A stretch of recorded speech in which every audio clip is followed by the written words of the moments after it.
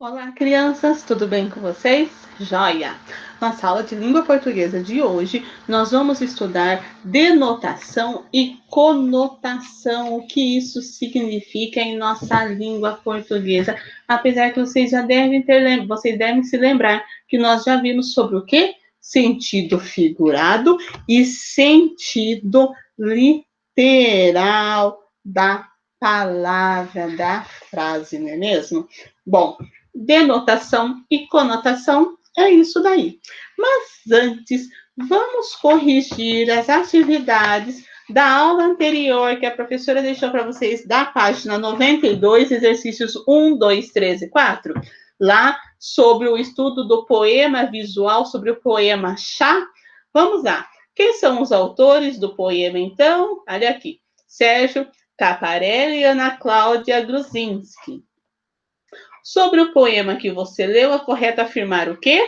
Tem duas estrofes, os versos formam um desenho. Olha só, então, aí. Tem duas estrofes e os versos formam um desenho.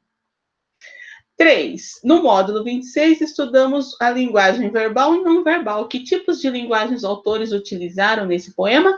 Eles utilizaram as duas, crianças, linguagem verbal e não verbal. A linguagem verbal, ela está onde? Na fumaça saindo da onde, crianças? Da xícara, não é mesmo? A xícara, o desenho da xícara, linguagem não verbal. A hora que a gente olha a xícara e vê os versos no formato de fumaça, a gente já identifica tudo, não é mesmo? Já até associa com o nome do poema, chá, não é? O que diferencia esse poema dos poemas tradicionais? Bom, as estrofes desse poema não são como as estrofes dos poemas mais tradicionais. Seus versos formam um desenho, não é mesmo, crianças? Joia! Então vamos lá agora para a página 94, de olho na língua, denotação e conotação. Mas afinal de contas, o que é denotação? O que é uma palavra que está no sentido denotativo e outra palavra que está no sentido conotativo? Olha só aqui. É muito comum os escritores usarem linguagem figurada para transmitir uma mensagem, ou seja, crianças, eles usam uma palavra que não é bem aquele sentido, é o que quer dizer. Nós já estudamos isso. Lembra da menininha lá que ela estava em cima do muro, não sabia se ia viajar ou se ia comprar lá uma TV? Ou seja, ela estava em cima do muro. Você ficar em cima do muro é no sentido literal, no sentido real aí, né? Mas quando a gente fala que alguém ficou em cima do muro, significa que ela ficou indecisa. Não é se ia comprar a TV, se ia viajar, o que ela ia fazer. Enquanto uma pessoa fica em cima do muro, ela ficou indecisa. Nós estudamos bastante sobre isso. Estão lembrados lá? Ah, então tá joia. Aí, crianças, olha lá, ó. Aqui, então. Aqui, continuando. Quando usamos uma palavra no seu sentido literal, empregamos o sentido denotativo. Olha só. Quando usamos uma palavra no sentido figurado, ou seja, quando atribuímos a ela um significado diferente do real, empregamos o sentido conotativo, certo? Quando eu falo assim, ó, o menino subiu no muro, o menino está em cima do muro para pegar a pipa, para pegar sua pipa. Ou seja, o menino está em cima do muro para pegar a sua pipa. Olha só, crianças, é o que isso daí? É o sentido que literal da palavra, qual o menino subiu realmente em cima do muro, está pegando lá da árvore a pipa dele, não é? Isso daí, então, olha só, qual é o sentido literal? É o sentido denotativo, crianças, é o sentido denotativo aí. Agora, quando nós vamos falar do sentido figurado, ela estava em cima do muro, não sabia se comprava TV ou se comprava bicicleta. Ela estava em cima do muro olhando para a TV, para a bicicleta? Não, ela estava indecisa, ela não sabia se ela comprava TV ou se comprava bicicleta. Ou seja, quando eu falo ela estava em cima do muro em relação à bicicleta e à TV, é no sentido figurado, certo, crianças? Olha só, é diferente da realidade. Então, quando eu falo que ela estava em cima do muro, que eu quero dizer algo, não é? É no sentido conotativo. Vamos lá, então, aqui. Denotação e conotação. Leia os versos do poema Visual Chá. Deixe a infusão, o tempo necessário, até que os nossos aromas e os nossos sabores se misturem. Nós, pessoas, temos aromas e sabores? Explique. Nós temos aromas e sabores, crianças? Não, não é mesmo? Em geral, quem tem aromas e sabores é quem, crianças? Os alimentos, não é mesmo? É possível dizer que as pessoas têm aromas por causa do cheiro que nós exalamos, não é mesmo? Fica aí, sem passar antitranspirante, corre, corre, corre, corre. A gente vai exalar aí um cheiro não muito agradável. Então, a gente até tem um certo aroma pelo cheiro que a gente exala. Se você sempre usa sempre aquele perfume, aquele mesmo perfume durante meses e anos, as pessoas até identificam quando você chega pelo seu aroma, na verdade, pelo cheiro do seu perfume. Mas, em geral, quem tem aromas e sabores são os alimentos. Aí vocês vão colocar aí a resposta aí na letrinha A, ok? Na B, em sua opinião, por que os autores utilizaram os versos destacados no poema? Por quê, crianças? Olha só, eles utilizaram um jogo de palavras aí. Assim como um chá, a mistura demora um tempo para acontecer. Você não tem que deixar o saquinho lá, você não fica fazendo assim com o saquinho, não é para misturar logo porque você quer beber. Então, do mesmo jeito que a mistura do chá demora um tempo para acontecer, nos relacionamentos entre as pessoas também é necessário um tempo para haver confiança e envolvimento. Seja aí na parte amorosa, seja na parte de amizade, não é mesmo? Quando você conhece essa pessoa há muitos anos, muitos anos, ela acaba se tornando sua amiga, aquela pessoa que você sempre conversa, que você conta tudo.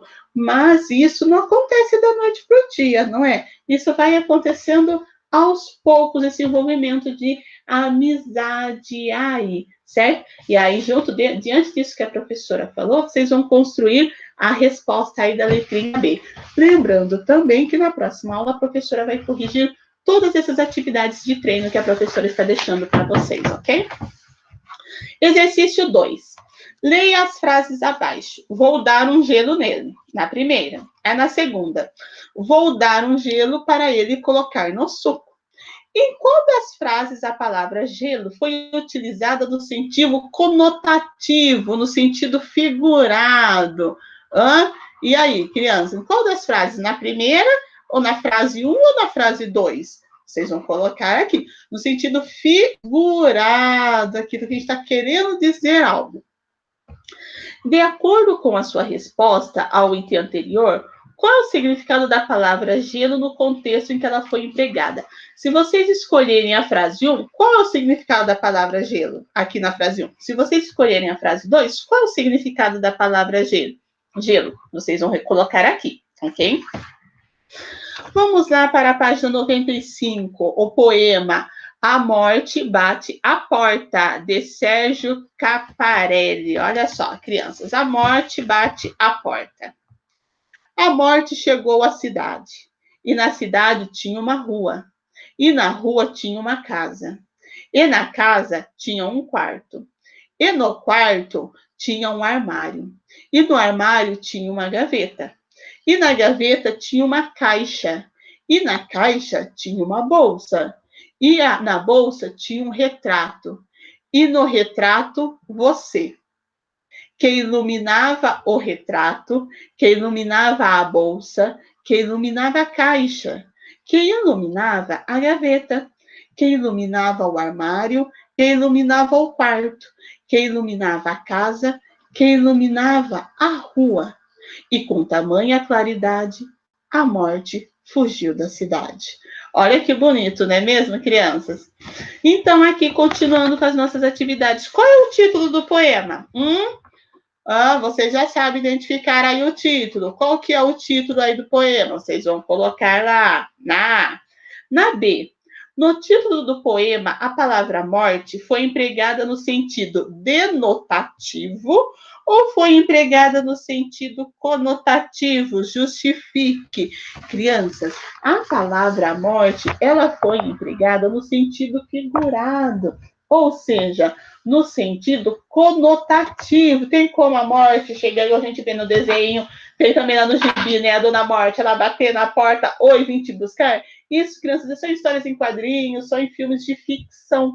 Então, aí, a palavra morte, ela foi empregada no sentido conotativo, no sentido figurado, não é mesmo, crianças? Por quê? Porque, crianças, a morte não é uma pessoa, como a professora falou. Ela não poderia ir batendo de porta em porta, sentar, tomar um cafezinho antes, como a gente vê, não é?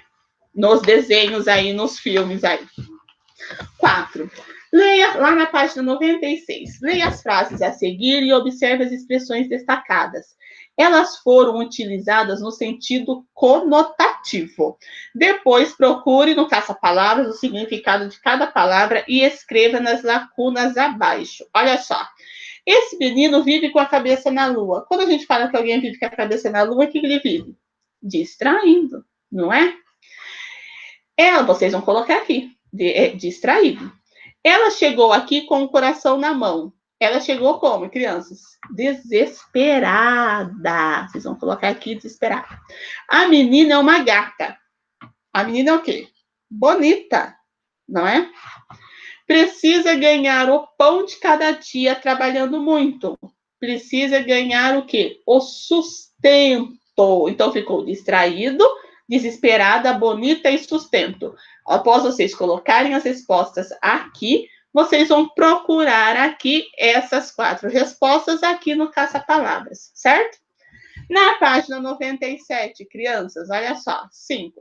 Relacione as frases de acordo com o sentido empregado. 1 para denotação e 2 para conotação. 1, crianças, denotação, vocês vão empregar para o quê? Para o sentido literal da palavra. E 2 para o sentido figurado. Olha só, vamos lá então. Quebrei sem querer a cadeira que estava na sala. A cadeira é real, você quebrou sem querer. No sentido literal, é 1 aqui, certo? Tomei um chá de cadeira no consultório. Quando a gente fala que tomou um chá de cadeira, o que aconteceu? Esperou durante muito tempo. Tem como ferver a cadeira num caldeirão, depois pegar aquela água e beber? Não, é no sentido figurado. Então, no sentido de conotação, número 2. E assim por diante, vocês vão fazendo essas frases aí, certo?